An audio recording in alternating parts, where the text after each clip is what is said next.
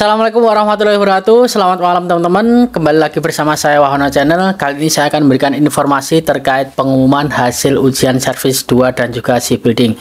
Nah, Shipbuilding dan juga Service 2 sudah diumumkan secara resmi untuk kelulusannya, dan jumlah kelulusannya teman-teman itu cukup lumayan agak tinggi ya dibandingkan manufaktur 2 ataupun manufaktur 1, maksud saya manufaktur 1 dan juga manufaktur 2. Di sini nanti akan ada pengguguran lagi di skill test, baik itu Shipbuilding ataupun Service 2, dan 308 yang berada di Shipbuilding yang lulus di tahap pertama, dan 5.190 cukup lumayan besar. Prediksi saya kemarin bisa sampai 5.000, alhamdulillah bisa sampai 5.000 beneran, bahkan bisa lebih 190. Dan KKM yang saya katakan kemarin, KKM prediksi saya di 60 sampai 80 karena adanya banyak teman-teman yang tidak hadir, kurang lebih 1.000 teman-teman yang tidak hadir, bisa nanti turun di 50. Alhamdulillah 50 juga bisa lulus di Service 2. Untuk Shipbuilding sendiri KKM-nya kemarin saya mengatakan sampai 80 ya, 70 sampai 80, dan artinya di situ KKM di situ sangat tinggi, dan kebetulan kemungkinan besar ada banyak teman-teman yang tidak hadir jadi turun di 67,5. Alhamdulillah di sini juga ada pengurangan nilai, dari nilai 100 dikurangi menjadi 90, dan 1 poinnya mendapat 2,25. Nah,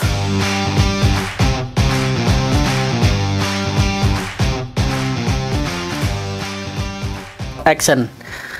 Dan selanjutnya ada beberapa hal yang ingin saya sampaikan. Untuk BP2MI sendiri tidak memberikan informasi berapa jumlah peserta yang tidak hadir di Jakarta ataupun di Semarang. Nah, di sini yang sangat sedikit saya kecewa karena kenapa di dalam informasinya tidak diadakan ataupun tidak diberikan informasi terkait teman-teman yang tidak hadir di Service 2 dan Shipbuilding di sini.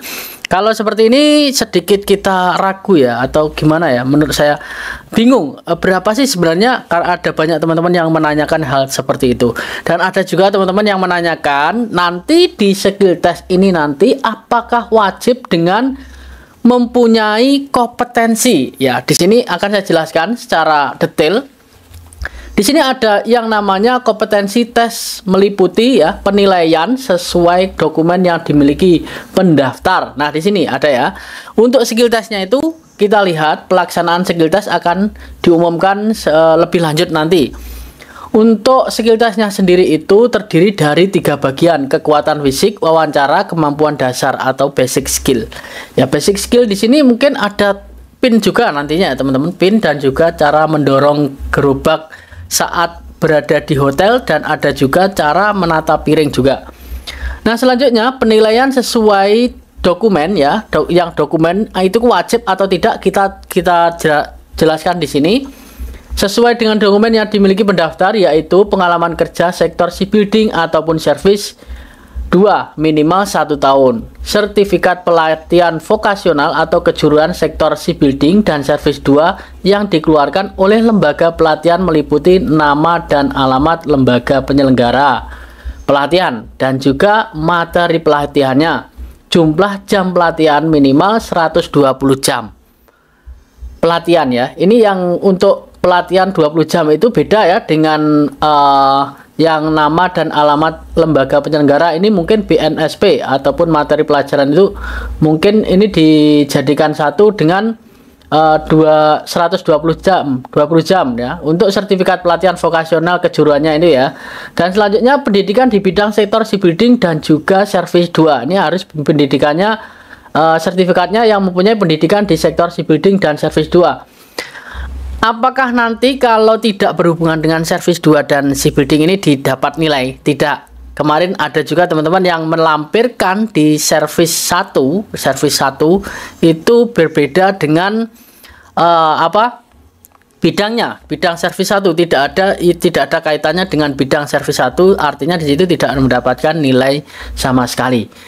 Memiliki sertifikat nasional ataupun kompetensi sektor Shipbuilding dan juga Service 2 yang diterbitkan oleh lembaga sertifikat profesi atau institut pemerintah. Jadi teman-teman di situ ada BNSP, pelatihan kerja 120 jam, dan ada juga teman-teman mempunyai sertifikat pengalaman kerja minimal 1 tahun.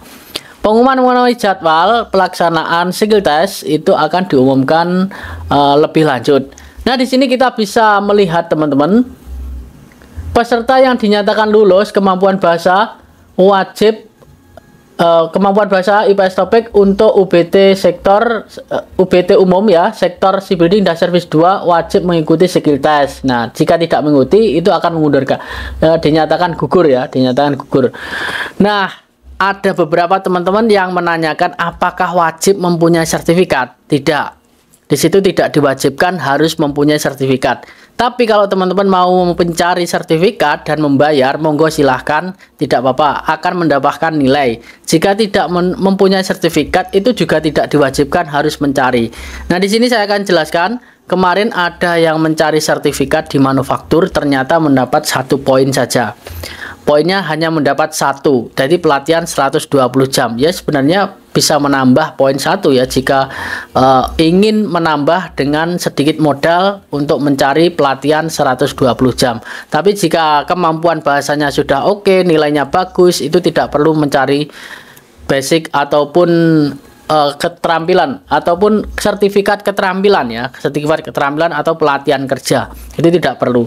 Saya rasa tidak perlu karena mencari sertifikat pelatihan itu bisa mencapai 1 juta sekarang, jadi lumayan besar untuk modalnya, jadi saya rasa tidak perlu.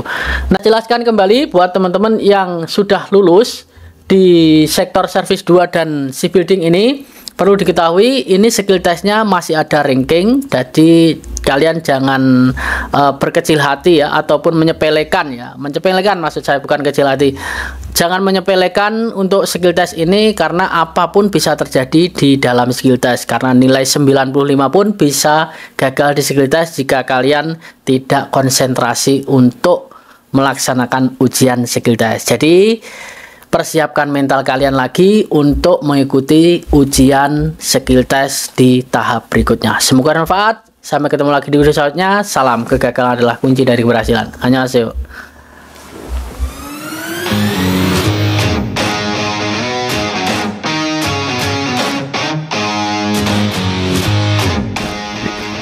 Berawal dari mimpi ingin bekerja di Korea, mendapatkan gaji besar, bisa beli rumah, bisa membahagiakan keluarga, merubah ekonomi di Indonesia. Namun gagal di tahun 2017 dengan nilai kurang 1 poin. Bangkit lagi di tahun 2018 dengan nilai terendah 185.